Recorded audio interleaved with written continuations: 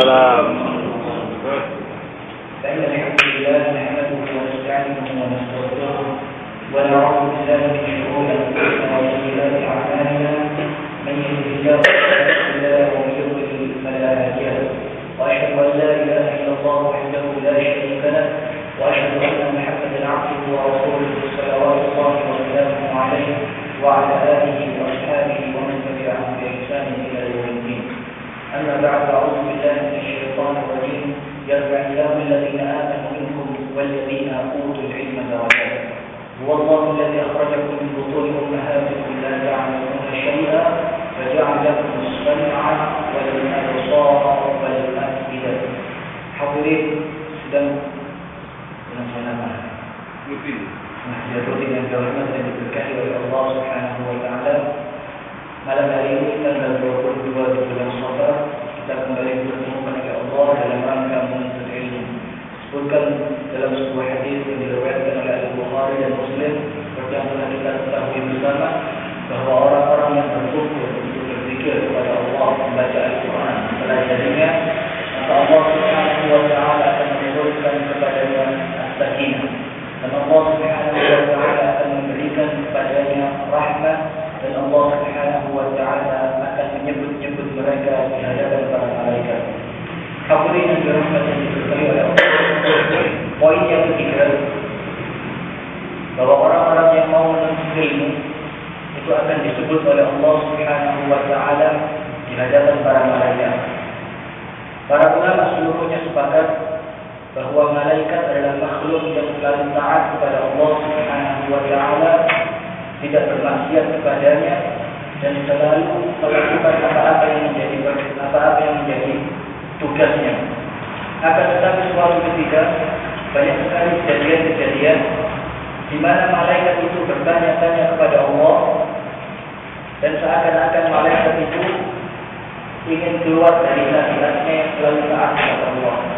Salah satunya yang kita ketahui bersama dalam surat Al-Baqarah ketika Allah Subhanahu wa taala akan menjadikan manusia ini sebagai khalifah di muka bumi. Maka para malaikat bertanya kepada Allah Subhanahu wa taala, "Ataj'alu fiha man yufsidu fiha wa yusfiku dima'a?" Ya Allah, apakah di muka bumi itu akan Engkau berikan sekelompok makhluk yang selalu sukanya menumpahkan darah dan akan membuat kerusakan di muka bumi?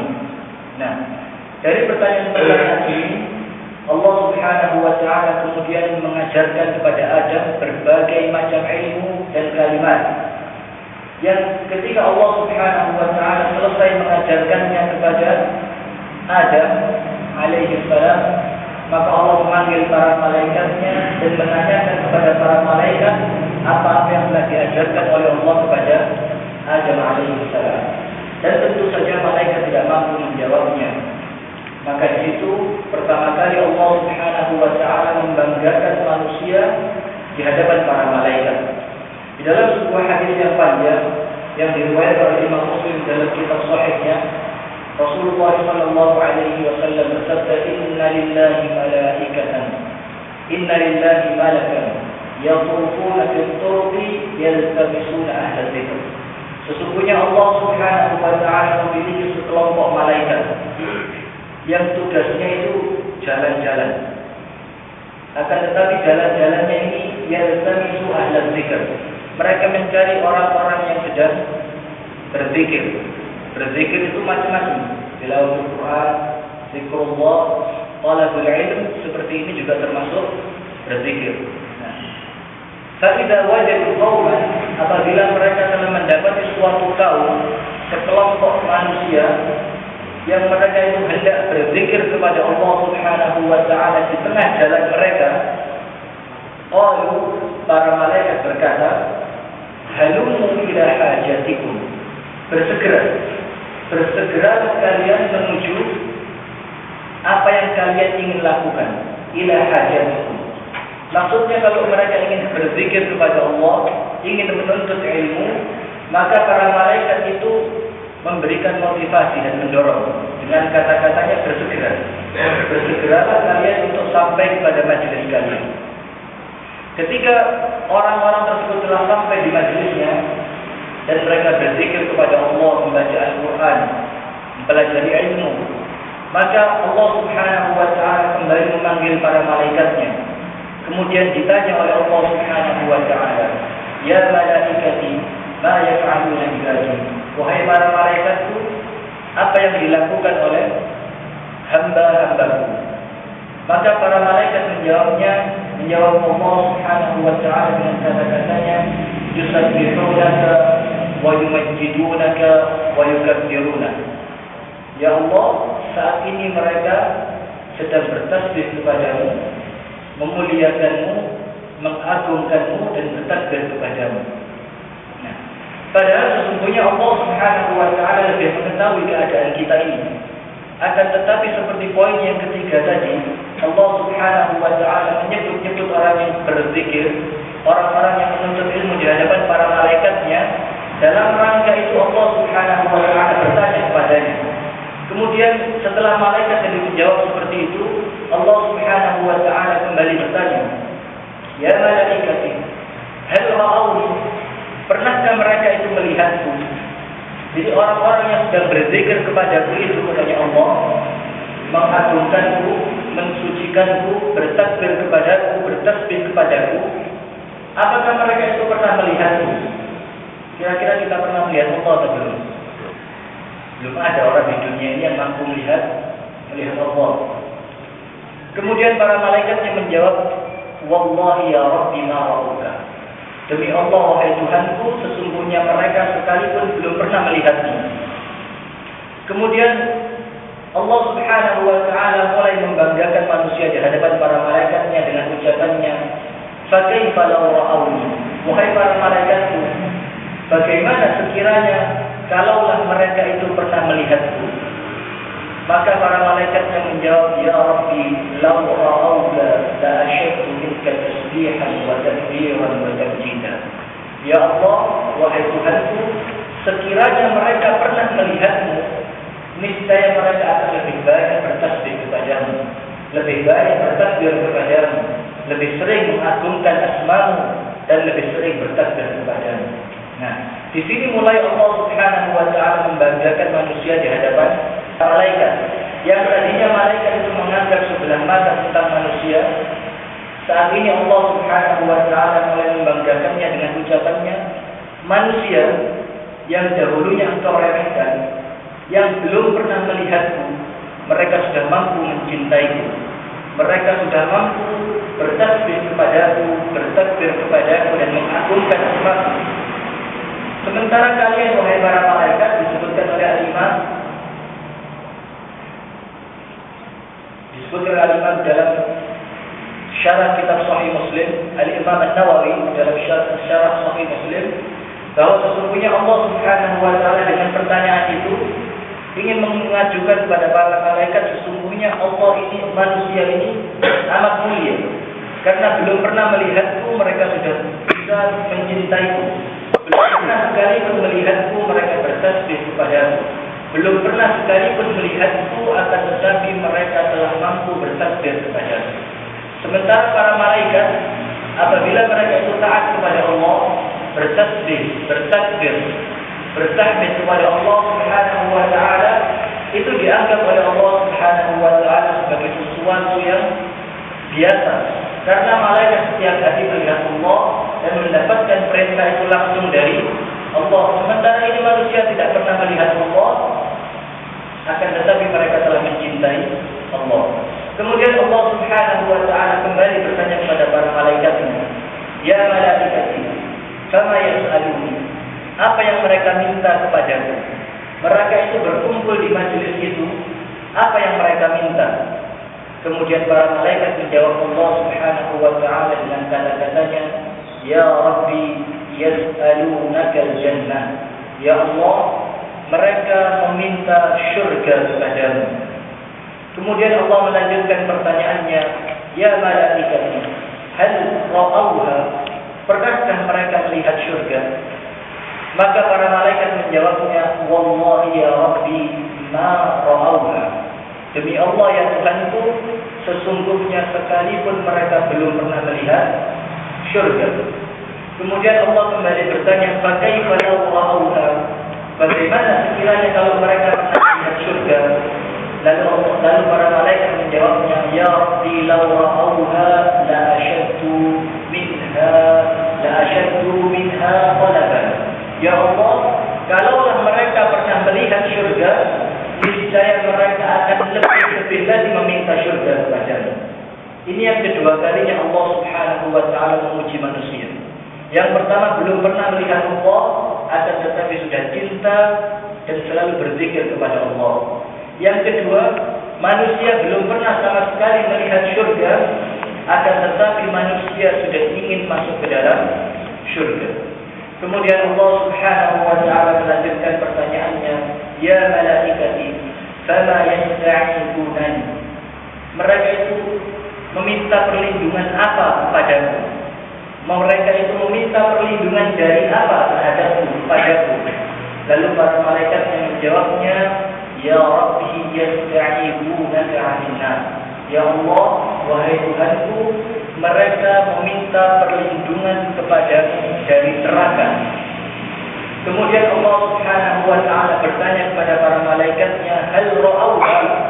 Pernahkah mereka itu melihat neraka? Kemudian kemudian para malaikat menjawabnya, "Wallahi ya Rabbi ma ra'awha." Demi Allah, wahai Tuhanku, sesungguhnya mereka belum pernah sekalipun melihat neraka. Kemudian Allah melanjutkan pertanyaannya, "Fakaifa law ra'awha?" Bagaimana sekiranya mereka pernah melihat neraka?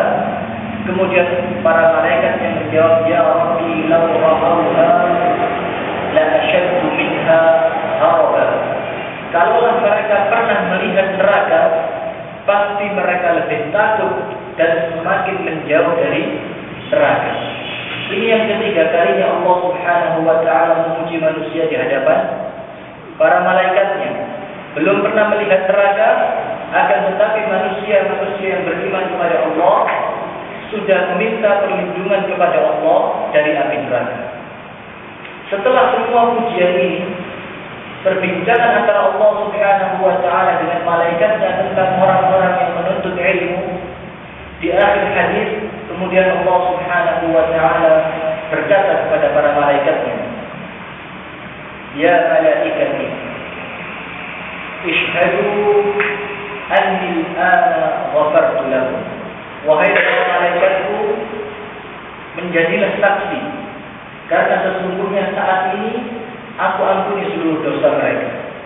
Orang-orang yang mau hadir ke majelis ilmu, berzikir kepada Allah, membaca Al-Quran, mempelajari Al-Quran, maka orang-orang yang hadir pada majelis itu diampuni dosa-dosanya oleh Allah Subhanahu wa taala. Akan tetapi sekali lagi malaikat protes kepada Allah dengan mengatakan, "Ya Rabbi, inna fihim fulanan laysa minhum." Ya Allah, jangan diampuni dulu, karena di majelis itu ada seorang laki-laki yang tidak termasuk dari kelompok mereka.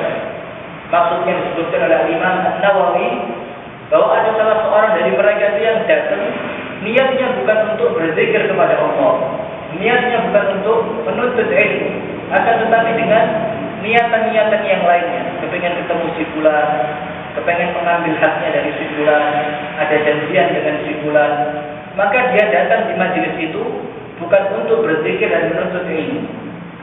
Kemudian Allah Subhanahu wa taala mengatakan kepada para malaikatnya, "Innahum qaumun la yashqa bihim jalisuhum." Sesungguhnya mereka adalah suatu kaum, sekelompok manusia yang tidak akan pernah rugi orang yang bergaul dengan mereka.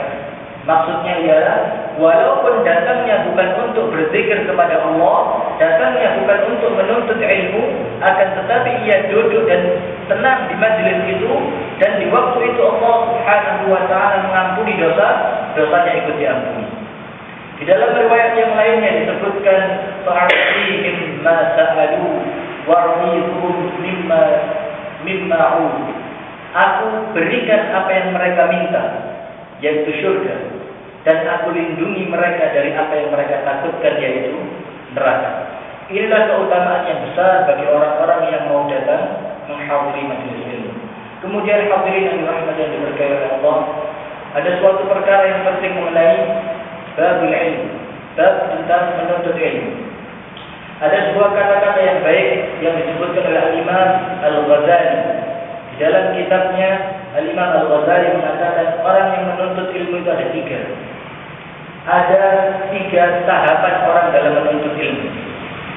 Tahapan orang yang pertama kali menuntut ilmu, katanya Al-Imam Al-Ghazali, orang itu ialah orang al-jahilu mutakabbir, orang bodoh yang sombong.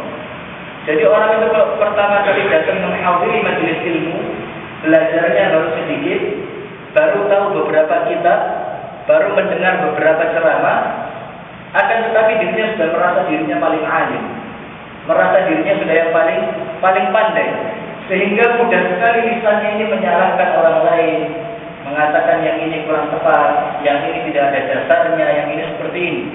Itu tahapan pertama orang menuntut ilmu, dan semuanya pasti melewati tahapan ini.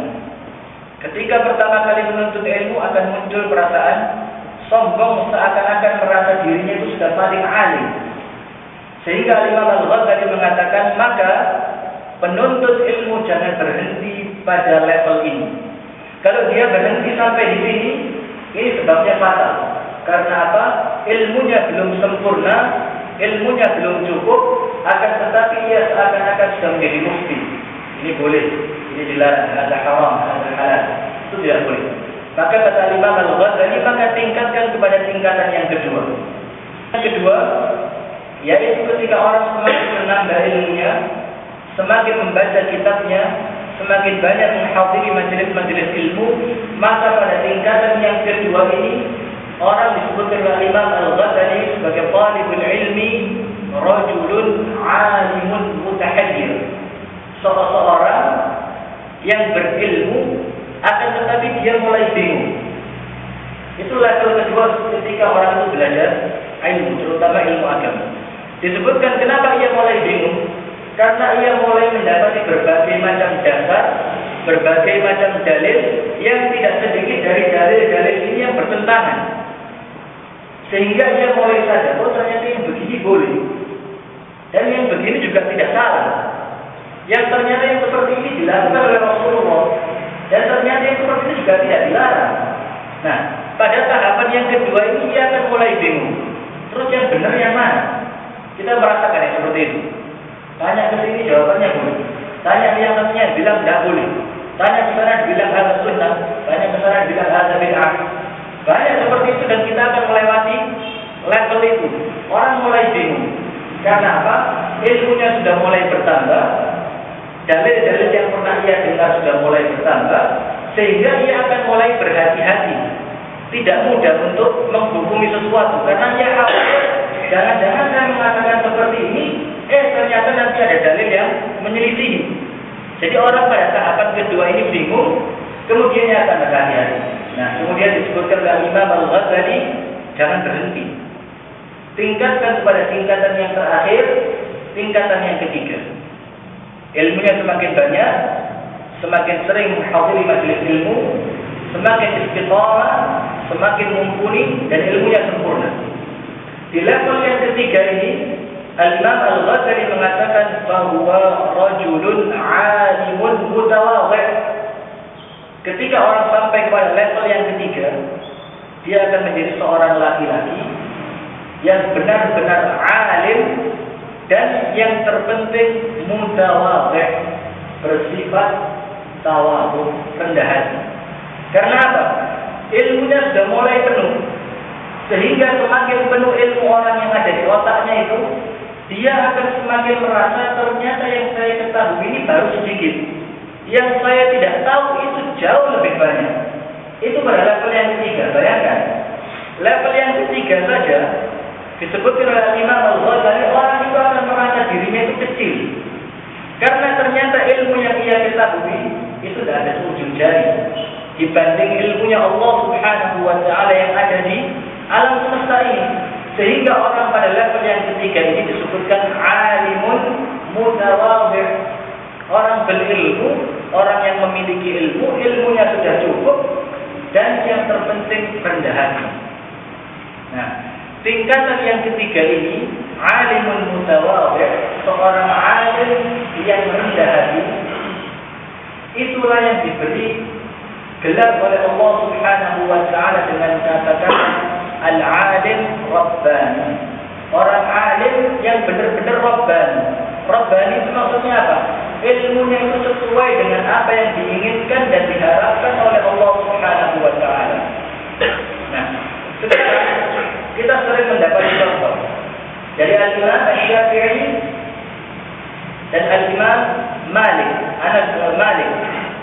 bin Anas. Imam Malik itu gurunya Imam Syafi'i rahimahullah. Suatu ketika Imam Syafi'i ketika belajar dengan Imam Malik, ada suatu perkara yang Imam Syafi'i menyelisihi pendapatnya Imam Malik. Akan tetapi selama Imam Malik masih hidup dan Imam Syafi'i mulai berkeliling dari kota Mesir ke Basra, hijrah lagi sempat ke Madinah dan berkeliling dalam rangka menuntut ilmu, Imam Syafi'i sama sekali tidak pernah menyelisih ucapannya Imam Malik yang sebenarnya ucapan itu tidak sesuai dengan pendapatnya Imam Syafi'i, karena dia tahu ini guru saya dan salah satu akhlak murid kepada gurunya itu tidak perlu ta'arud. Ta'arud itu ialah saling melatar belakangi, saling membelakangi dalam pendapat. Yang satu mengatakan seperti ini, yang satunya sebaliknya. Itu guru dan murid tidak boleh seperti itu. Nah, sehingga ketika Al-Imam Malik rahimahullah ta'ala meninggal, baru Imam Syafi'i mengatakan, di dalam masalah ini aku berbeda dengan guru Imam Malik dan pendapatku seperti ini. Dan itu kurang lebih ada 10 sampai 20% yang Imam Malik berselisih dengan Imam Syafi'i berselisih dengan gurunya yaitu Imam Malik. Nah, contoh yang kedua dari Al-Imam Syafi'i, karena beliau bisa kita katakan telah sampai kepada level yang ketiga, alimun mutawadhi'. Imam Syafi'i mengatakan ra'yi shawab wa yahtamilu al-khata' wa ra'yu ghairi khata' wa yahtamilu shawab. Pendapatku itu benar, akan tetapi tidak menutup kemungkinan ada kesalahannya. Dan pendapatnya orang lain salah, tapi tidak menutup kemungkinan ada benarnya. Dari dalam suatu ketika yang lainnya, Imam Syafi'i berdebat dengan seorang ahli kalam. Di zaman Imam Syafi'i ada yang namanya ulama mutakallimin, ulama yang menggunakan logika di dalam berdalil. Dan Imam Syafi'i ini terkenal ulama yang pandai berdebat. Akan tetapi setiap debatnya Imam Syafi'i mengatakan, sama sekali aku tidak pernah berdebat kepada orang lain untuk mengalahkannya. Bayangkan, Imam Syafi'i bukan seperti kita. Imam Syafi'i mengatakan, setelah aku ini sering berdebat, tidak sekalipun aku niatkan di dalam debatku itu untuk mengalahkan lawan debatku. Akan tetapi dengan debatku itu aku mencari kebenaran. Nah, inilah orang-orang yang alimun mutawadhi'. Itu yang pertama. Yang pertama tadi jahilun mutakabbir, belum tahu tapi sudah sombong. Yang kedua rajulun mutahayyir, belum dikatakan alim, laki-laki yang masih bingung. Karena apa? Ternyata yang begini ada dasarnya, yang begini juga ada dasarnya. Kemudian yang ketiga yaitu rajulun alimun mutawadhi'un, lelaki ilmunya alim akan tetapi akhlaknya tawadhu. Nah, kemudian yang selanjutnya mengenai ilmu, disebutkan oleh sekian banyak ulama bahwa arti dari ilmu itu adalah al-fahmu, pemahaman. Beda antara faham dengan ma'rifah. Al-fahm wal ma'rifah. Kalau faham, pemahaman, itu tahu dan bisa, itulah artinya ilmu. Akan tetapi kalau ma'rifah, pengetahuan, itu tahu tapi belum tentu bisa. Oleh sebab itu ilmu diartikan oleh para ulama sebagai al-fahmu, pemahaman. Saya kasih suatu contoh. Insya Allah semua dari kita tahu yang namanya renang. Kita tahu renang? Tahu. Tapi banyak di antara orang yang tahu renang tidak bisa berenang. Iya, itulah bedanya tahu dengan paham. Kalau paham itu bisa. Itulah ilmu yang akan kita raih. Jangan cuma sekedar tahu, tapi pengetahuannya ini tidak berbuah amal.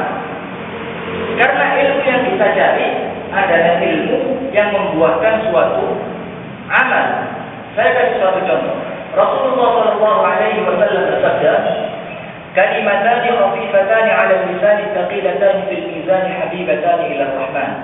Subhanallah wa bihamdihi, subhanallahil azim."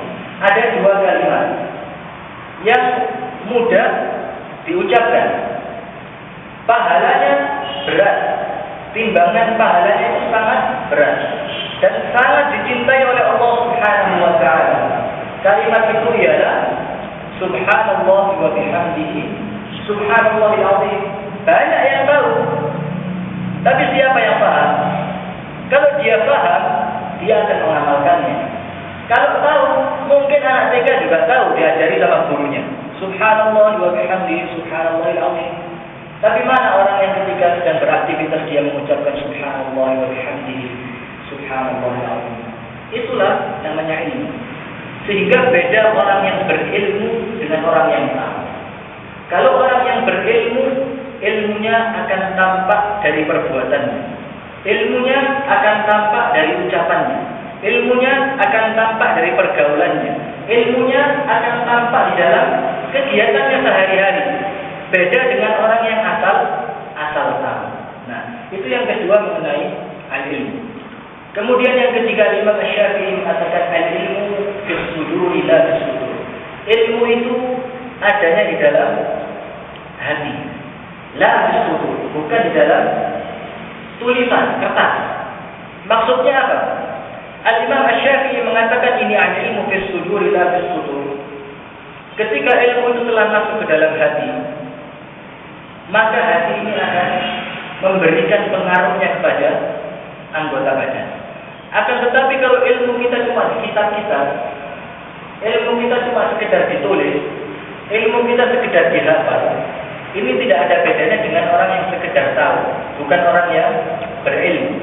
Sehingga kalau kita mau meraih ilmu, disebutkan di dalam kitab ini oleh Imam Syekh Ibnu Utsaimin, syarat yang pertama harus niatnya ikhlas karena Allah. Karena jangan berharap dari orang alim yang mutawadhi, sementara niatnya supaya dibilang alim. Niatnya supaya bisa ngisi ceramah ke sana kemari. Niatnya supaya bisa naik ke atas mimbar masjid ini dan masjid itu. Tidak akan dapat ilmu. Karena apa? Niat yang pertama kali orang yang mau menuntut ilmu harus ikhlas karena Allah. Kemudian yang kedua, raf'ul jahli an nafsihi, mengangkat kebodohan dari dirinya. Jadi apa? Bukan mengangkat kebodohan dari orang lain, mengangkat kebodohan dari dirinya. Setelah ikhlas, dia harus yakin dia itu cari ilmu supaya kebodohan saya ini hilang. Orang bodoh itu orang yang tidak tahu, bukan karena dia bodoh seperti orang idiot, tidak mampu menerima ilmu, bukan. Karena dia tidak tahu. Nah, oleh sebab itu, mengangkat kebodohan dari diri sendiri itu adalah akhlak yang dua yang harus dimiliki oleh orang yang berilmu supaya ilmu itu benar-benar bisa masuk ke dalam hatinya. Kalau belajar ilmu, menghadiri majelis-majelis ilmu, tujuannya untuk menghakimi si fulan, menghakimi kelompok ini, menghakimi kelompok itu, pulang ya cuma itu yang didapatkan. Oh ternyata yang seperti ini salah. Ketika ditanya apa dasarnya, ya tidak tahu. Pokoknya yang seperti ini salah, mau tahu tanya aja ke ustaz saya. Karena dia datangnya untuk menuntut ilmu itu bukan mengangkat kebodohan dari dirinya, tapi mengkoreksi kesalahan orang lain. Yang perlu kita pahami, saya di sini bukan menggurui, kesannya terlalu serius. Jadi yang perlu kita pahami ialah jangan merasa benar dengan membicarakan kesalahan orang lain. Ini bisa dipahami. Jangan merasa benar dengan membicarakan kesalahan orang lain. Kalau kita bicara, oh ini kelompok ini salahnya di sini, Kelompok ini salahnya di sini, kelompok ini salahnya di sini. Kapan kita memperbaiki diri sendiri? Kapan kita menuntut ilmu itu untuk mengangkat kebodohan dari diri kita? Padahal yang disebutkan di kitab ini, adabnya orang yang menuntut ilmu itu pertama ikhlas, yang kedua harus diyakini dia menuntut ilmu untuk mengangkat kebodohan dari diri sendiri. Nah, dari situ maka insya Allah ilmu yang kita capai itu akan benar-benar menjadi ilmu yang masuk ke dalam hati. Kalau ilmu yang ada di dalam hatinya, maka hati ini katanya Rasulullah ala inna fil jasadi mudghah in salahat salahat jasadu kullu wa in fasada fasada jasadu kullu. Di dalam diri manusia itu ada segumpal daging. Kalau segumpal daging ini baik, maka semuanya tubuh itu akan menjadi baik. Kalau di sininya sudah rusak, maka semuanya akan rusak. Ala wahiyal qalb, itulah hati. Nah, oleh sebab itu orang-orang yang menuntut ilmu harus benar-benar memperhatikan perkara hatinya. Jangan sampai kita menuntut ilmu itu untuk menyalahkan si fulan, akan tetapi carilah ilmu supaya kebodohan itu terangkat dari diri kita. Nah, itu yang kedua. Kemudian yang ketiga, mengenai akhlak yang harus dimiliki oleh penuntut ilmu.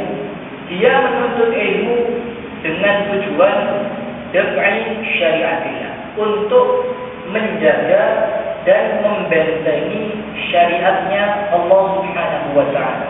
Menjaga dan membentengi syariatnya Allah Subhanahu wa ta'ala. Nah, kenapa kita harus menuntut ilmu?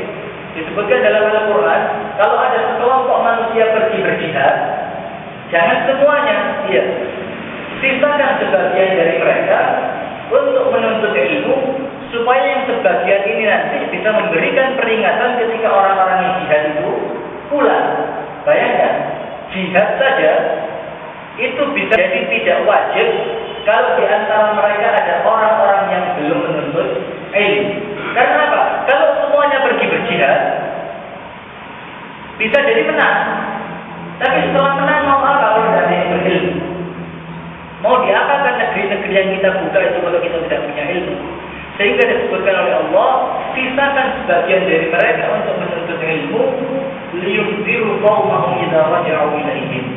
Supaya orang-orang yang menuntut ilmu ini nanti bisa memberikan peringatan kepada orang-orang yang pulang dari jihadnya. Nah, oleh sebab itu syariat ini perlu dijaga oleh orang-orang yang menuntut ilmu, oleh orang-orang yang menuntut ilmu.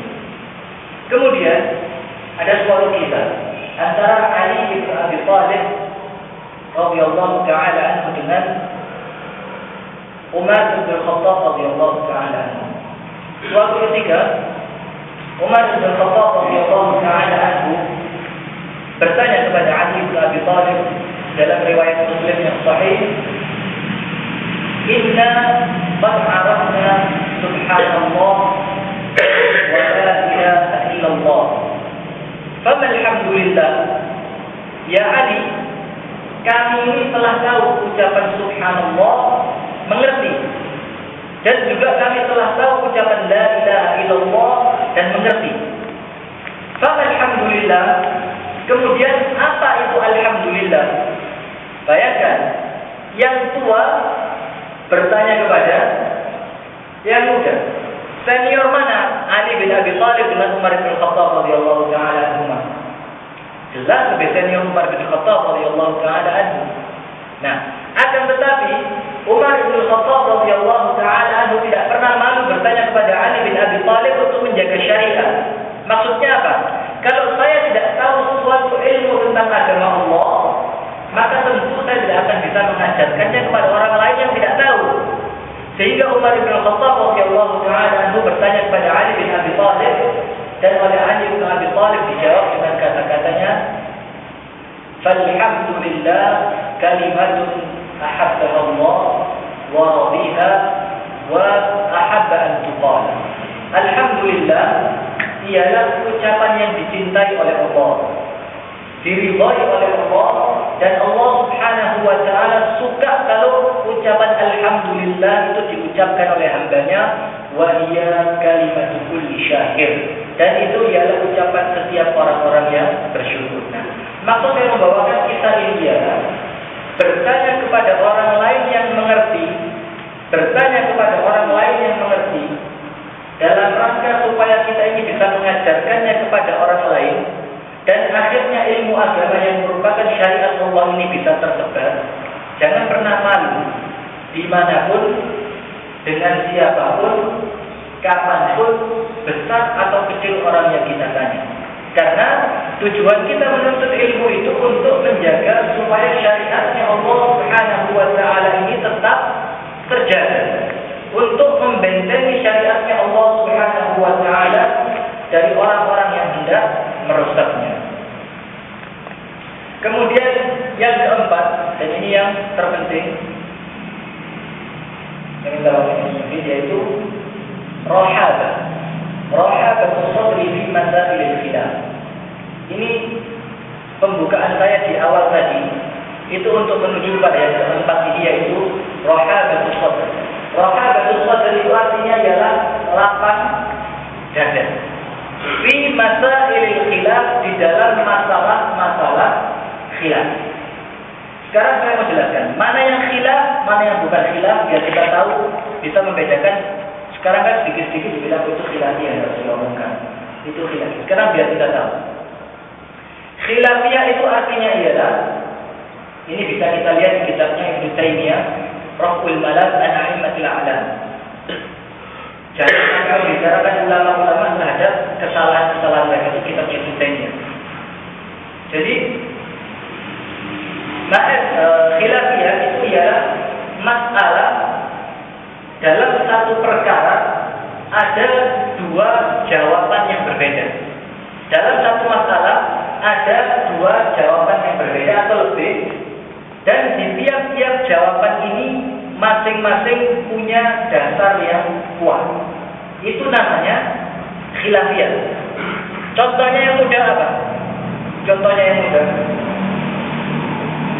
Kalau kita hadis i'tidal terus turun menuju sujud, itu bagaimana hadisnya?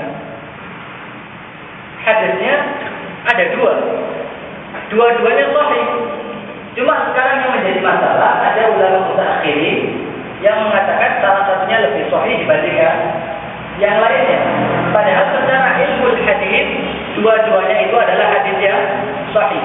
Yang satu mengatakan dahulukan tanganmu dan jangan menyerupai onta. Yang satunya lagi mengatakan dahulukan lututmu dan jangan menyerupai onta. Nah, disebutkan oleh para ulama hadis, kalau seperti ini jelas salah satunya ada yang salah. Jelas salah satunya ada yang salah. Mana mungkin akhirnya sama, menyelisihi onta, menyelisihi kuda, akan tetapi perbuatannya berbeda. Yang satu mengatakan kaki dulu, yang satu tangan. Ini bisa dipahami. Jadi maksudnya tujuannya itu supaya tidak sama dengan perbuatannya binatang. Tapi caranya ternyata berbeda. Cara yang pertama mendahulukan lutut, cara yang kedua mendahulukan tangan. Nah, berarti disebutkan oleh para ulama hadis, ada di antara perawi hadis yang salah dengar. Itu bisa antum buka di kitabnya Ibnu Hajar Al-Asqalani. Ada di antara perawi-perawi ini, misalnya saya ngomong, antum ini semua orang-orang yang dianggap thiqah di dalam meriwayatkan hadis. Subhanallah, di belakang sana ada yang dulunya agak jauh, sehingga tidak dengar, atau sedang sibuk dengan sesuatu sehingga tidak dengar. Kemudian ketika semuanya pulang, tentu semuanya akan menceritakan apa yang telah dia dengar dari Rasulullah. Ternyata yang di belakang tadi, yang agak jauh tempatnya dengan Rasulullah, yang sedang ribut tangannya atau sedang sibuk apa, tidak memperhatikan, dia mendengarnya sesuatu yang berbeda dengan yang diucapkan Rasulullah. Padahal dia adalah rajulun thiqah, rajul laki-laki yang hadisnya ini diterima, kuat, sahih. Nah, gara-gara satu orang tadi maka menyebar dua hadis yang berbeda. Nah, tapi dua-duanya sahih. Terus sikap kita bagaimana? Inilah yang dinamakan rohabatus sadr, lapang dada. Akan tetapi bukan disebut khilafiyah kalau yang satu punya dasar, yang satunya tidak ada dasar, itu bukan khilafiyah namanya. Berarti kalau seperti itu yang satu benar, yang satu salah. Cuma kita harus hati-hati di dalam membenarkan kesalahan. Karena apa? Karena yang mau kita rubah dari orang-orang yang mengamalkan amalan-amalan yang keliru seperti itu adalah sesuatu yang diyakini kebenarannya oleh pelakunya. Iya atau tidak? Orang yang melakukan amalan-amalan yang keliru, saya yakin mereka itu yakin orang itu bahwa amalan itu benar. Mereka yakin itu benar. Kalau tidak yakin tidak akan diamalkan. Nah, sehingga merubah keyakinan orang ini tidak semudah kalau kita satu kelompok ini ngomong, oh ini tidak ada dasarnya, maka lebih baik tidak. Tidak semudah itu. Kita harus meyakinkan dia yang pertama dengan dalil yang jelas, dengan cara yang santun, dengan ucapan yang sopan, dengan gerak-gerik dan ucapan yang tidak menyalahkan. Tapi sekarang ini kan kadang-kadang kita caranya keliru. Berapa banyak kebenaran itu yang ditolak gara-gara salah cara menyampaikan. Itu banyak. Cara menyampaikan itu sampai yang keliru. Mungkin ini kau dan dalil Rasulullah dan orang-orang ini. Nah, omongannya benar, tapi caranya, ya seperti itu. Caranya itu kurang tepat. Kalau caranya itu baik, diundang makan ke rumah, coba orang-orang yang melakukan misalnya itu diundang makan ke rumah, ayo makan ke rumah diundang. Kalau orang diundang makan ke rumah, tengah-tengahnya makan diajak ngomong, insya Allah tidak berani protes. Kalau protes ya diusir sama yang punya rumah ya. Nah, caranya itu harus dengan cara yang benar. Sehingga kita tahu mana yang khilafiyah. Khilafiyah itu kalau perkaranya berbeda dalam satu masalah, tapi dua-duanya memiliki dalil yang sama-sama kuat, sehingga tidak boleh saling menyalahkan dan mengaku dirinya yang paling benar. Sehingga sekarang kan kita banyak, kalau sholatnya tangannya dulu berarti kelompok ini, kalau sholatnya kakinya dulu berarti kelompok ini, kalau tidak sholat kelompok ini, kan seperti itu. Nah, itu jadi pemahaman yang keliru ketika kita membangun tata cara menuntut ilmu. Cara membangunnya pertama keliru, sehingga ketika dapat itu mengeluarkannya juga kurang tepat. Gitu. Nah, sementara yang bukan khilafiyah ialah ketika yang satu punya dasar, yang satunya tidak punya dasar. Nah, kalau yang seperti ini namanya bukan khilafiyah. Ini kita harus hati-hati. Banyak sekarang orang itu bersembunyi balik kata-kata khilafiyah. Sudah tidak usah diucapkan, tidak usah dibicarakan, ini adalah khilafiyah. Itu yang bisa saya sampaikan. Jadi intinya yang pertama, memang ketika kita pertama kali menuntut ilmu itu seakan-akan ada perasaan paling pintar. Tapi jangan berhenti, tingkatkan. Kemudian kita akan sedikit bingung nanti. Baca kitab ini begini, ternyata baca di kitab yang seperti ini berbeda. Tingkatkan lagi. Nanti pada tingkatan yang ketiga, insya Allah yang ada di sini sudah lengkap. Kita punya segala macam yang bertentangan pun ada di sini, sehingga kita akan lebih lapang dada. Nah, tingkatan yang ketiga ini adalah orang berilmu yang tawadhu. Kemudian ilmu itu adalah paham. Orang yang paham itu adalah orang yang mampu mengamalkan. Sehingga percuma punya ilmu kalau tidak bisa mengamalkan. Sehingga sedikit apapun ilmu yang kita miliki, apabila itu bermanfaat, pertama kali dalam diri kita sendiri sebelum bermanfaat buat orang lain, itulah orang berilmu yang beruntung. Kemudian yang ketiga, ilmu itu di sini dalam hati, bukan di dalam catatan, di dalam hafalan, di dalam ceramah, bukan itu. Ilmu itu adalah apa yang di dalam hati yang tercermin dalam perbuatan kita. Kemudian akhlak penuntut ilmu ikhlas, mengangkat kebodohan dari diri sendiri, menjaga, membentengi syariat Allah, dan yang keempat akhlak yang terpenting harus dimiliki oleh orang-orang yang menuntut ilmu ialah rahabatus sadri, berlapang dada di dalam masa ilmu khilaf, permasalahan yang ada perbedaan pendapat atau khilaf. Kalau ada yang boleh tanyakan, kalau saya bisa jawab, saya jawab. Kalau tidak bisa jawab, depending. Apa yang dimaksud dengan seorang yang menjadi taklim seperti ini dinaungi beberapa saya?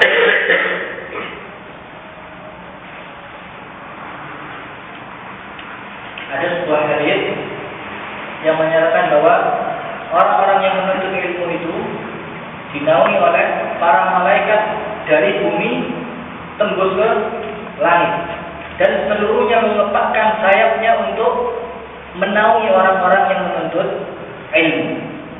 Kemudian dalam hadis yang lain disebutkan hatta al-hitan fil bahri yastaghfiruna li ahli li talab al-ilmi ridan bima yasna.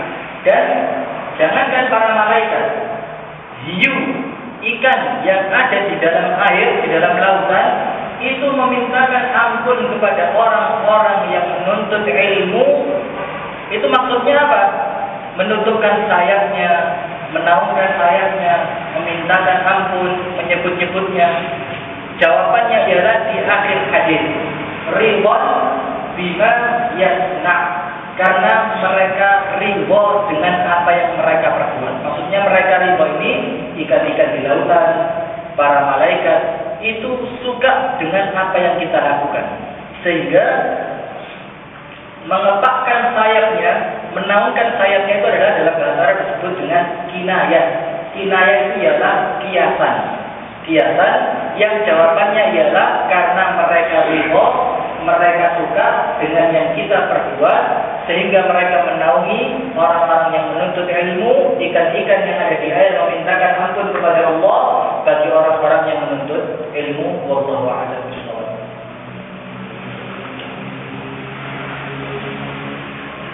Untuk masalah ini, sementara masyarakat ini banyak yang menginginkan anaknya fikih, sedangkan kita kemampuannya kurang tahu. Apakah harus diserahkan pada ahlinya? Jadi memang ada ayatnya. Hendaknya kalian takut. Dalam Al-Quran Allah Subhanahu wa taala berfirman, hendaknya kalian takut meninggalkan generasi penerus kalian yang lemah dan bodoh. Maksudnya apa dari ayat ini? Allah Subhanahu wa taala menyeru kepada kita semua, jangan sampai generasi penerus kita ini orang-orang yang lemah dan bodoh di bidang ilmu, terutama ilmu agama. Terus pertanyaannya, bagaimana kalau kita sendiri ini terbatas, tidak bisa memberikan yang sempurna kepada generasi penerus, anak, cucu, dan seterusnya. Cara yang paling baik seperti yang dilakukan oleh ulama-ulama zaman dahulu. Ulama-ulama zaman dahulu itu kalau punya anak, itu bisa dibaca di Safahat Sabri ulama, lembaran-lembaran dari kesabaran para ulama. Itu salah satu kebiasaan mereka. Itu anaknya tidak diajar sendiri, dititipkan kepada temannya. Jadi walaupun saya ini misalnya punya ilmu yang mumpuni ketika saya punya anak, karena cara ngajar bapak kepada anaknya kadang-kadang anaknya juga malas-malasan, manja-manja. Jadi kan perlu dititipkan kepada orang lain yang berilmu. Anaknya tentu ilmunya lebih rajin, orang yang dititipi ngajarnya juga lebih serius karena merasa itu adalah amanah. Nah, jadi caranya carikan orang yang memang benar-benar berilmu, didik di orang itu. Kalau sekarang ada pesantren, ada sekolah berasrama seperti itu.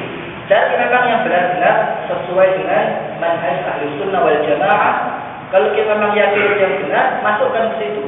Titipkan, ikhlaskan dan banyak doakan. Karena cuma menuntut ilmu saja kalau tidak ada doanya juga kurang tepat. Karena ilmu itu tidak ada apa-apanya sebelum Allah Subhanahu wa taala menjadikan ilmu itu berada di dalam hati kita, dan itu perlu dengan yang dapat kami sampaikan. Kurang lebihnya mohon maaf. Aku berdoa subhanallah wa bihamdika asyhadu an la ilaha illa anta astaghfiruka wa atubu ilaik. Assalamualaikum warahmatullahi wabarakatuh. Waalaikumsalam.